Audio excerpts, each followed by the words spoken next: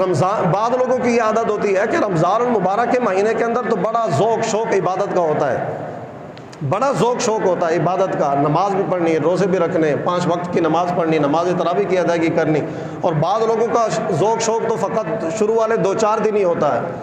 2-4 دن کے اندر ذوق شوق ختم ہو جاتا ہے، عیش ختم ہو جاتا ہے، جو عبادت کو جو ذوق ہوتا ہے وہ ختم ہو جاتا ہے۔ پھر عام طور پر جو ہے نا عام معمول کے مطابق جس طرح ایک روٹین ہوتی ہے وہی ایک عام حالات والی روٹین پیدا ہو جاتی ہے۔ اور کچھ ایسے بھی ہوتے ہیں کہ جن کو اللہ تعالیٰ استقامت نصیب فرماتا ہے کہ وہ پورا مہینہ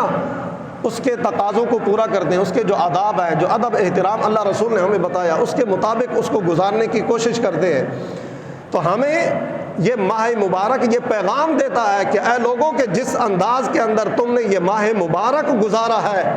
جس انداز کے اندر تم اس ماہ مبارک کے اندر تم نے تقوی پرہیزگاری اختیار کی ہے،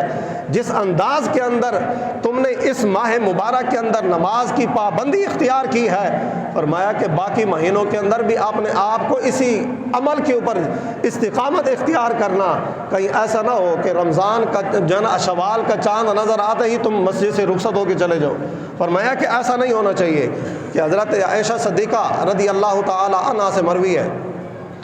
آپ نے حدیث پاک روایت کرتی ہیں کہ حضور علیہ الصلوۃ والسلام سے سوال کیا گیا، پوچھا گیا ای الاعمال احب الی اللہ، کہ اللہ رب العالمین کا محبوب ترین عمل کون سا ہے جو اللہ رب العالمین کو ذات کو بے انتہا پسند ہو، اللہ رب العالمین کی ذات کو بہت زیادہ محبوب عمل ہو۔ حضور سے کسی نے سوال کیا تو حضور نے فرمایا کہ ادومھا وان قل، حضور نے فرمایا کہ اللہ رب العالمین کی ذات ہمیشہ والی عبادت بہت زیادہ پسند کرتی ہے، وان قل، فرمایا کہ اگرچہ وہ تھوڑی کیوں نہ ہو، اگرچہ وہ تھوڑی عبادت کیوں نہ ہو، اللہ رب العالمین کو ہمیشہ والی عبادت بہت زیادہ پسند ہے۔ تو اس لیے جب ہم نے اس ماہ مبارک کو نماز کی پابندیوں کے ساتھ گزارا ہے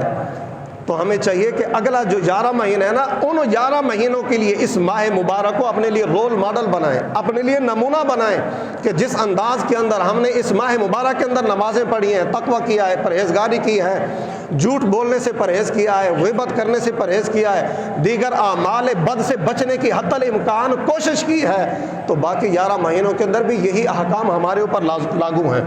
جس انداز کے اندر ہم نے اعتکاف میں بیٹھ کر عبادات کی ہیں، 5 وقت کی نماز کی ادائیگی کی ہے، قرآن پاک کی تلاوت کی ہے، نماز تراویح پڑھی ہے، تو اسی طرح باقی مہینوں کے اندر بھی ہمیں نماز کی پابندی اختیار کرنی چاہیے۔ ایسا نہیں ہونا چاہیے رمضان المبارک کے اندر تو بندہ اعتکاف میں بھی بیٹھ جائے، 10 دن کے لیے اپنا سارا کچھ چھوڑ چھاڑ کے بیٹھ جائے اور باقی پورے 11 مہینے مسجد کو چھوڑ کر گھر بیٹھ جائے، تو یہ انداز نہیں ہونا چاہیے۔ اللہ رب العالمین کی ذات کو ہمیشہ والی عبادت پسند ہے، چاہے وہ تھوڑی کیوں نہ ہو۔